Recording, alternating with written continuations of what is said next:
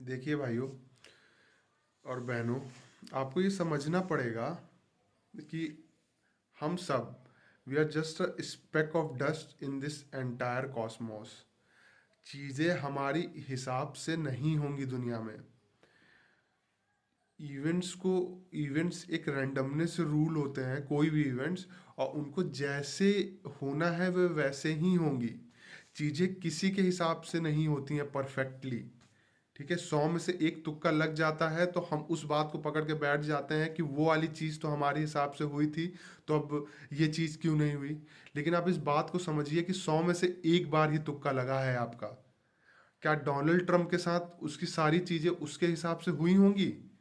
जब बिडेन से चुनाव वो हारा था, प्रशांत किशोर अभी बिहार में 0 सीट्स पाए हैं, उनके हिसाब से चीज़ें हुई?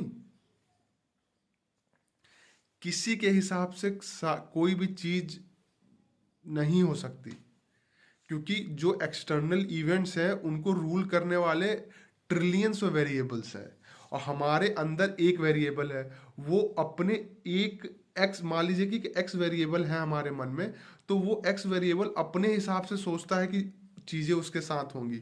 लेकिन जो बाहर के इवेंट है ना, जो एक्स पे आते हैं, वो ट्रिलियंस ऑफ वेरिएबल्स के द्वारा रूल किए गए हैं।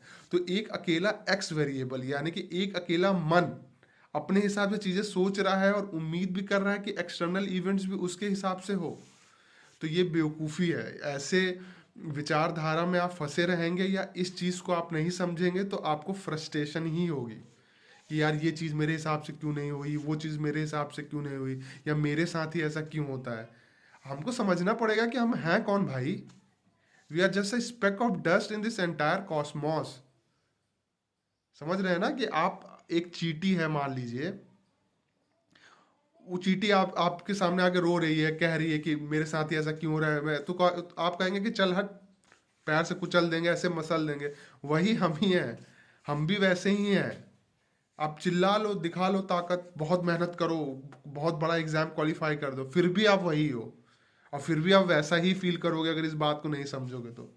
नरेंद्र मोदी भी कभी कभार ऐसा ही फील करते होंगे, जो डोनाल्ड ट्रंप भी यही फील किए होंगे। चीज़ें आपके हिसाब से नहीं चलेंगी, कभी नहीं चलेंगी। इस बात को समझना है, नहीं तो अंदर से जो फ्रस्ट्रेशन होता है ना, ये बना ही रहता है।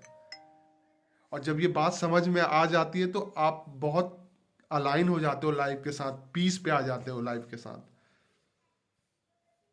इस बात को ध्यान में रखें और उसी हिसाब से अपनी लाइफ को जिएं।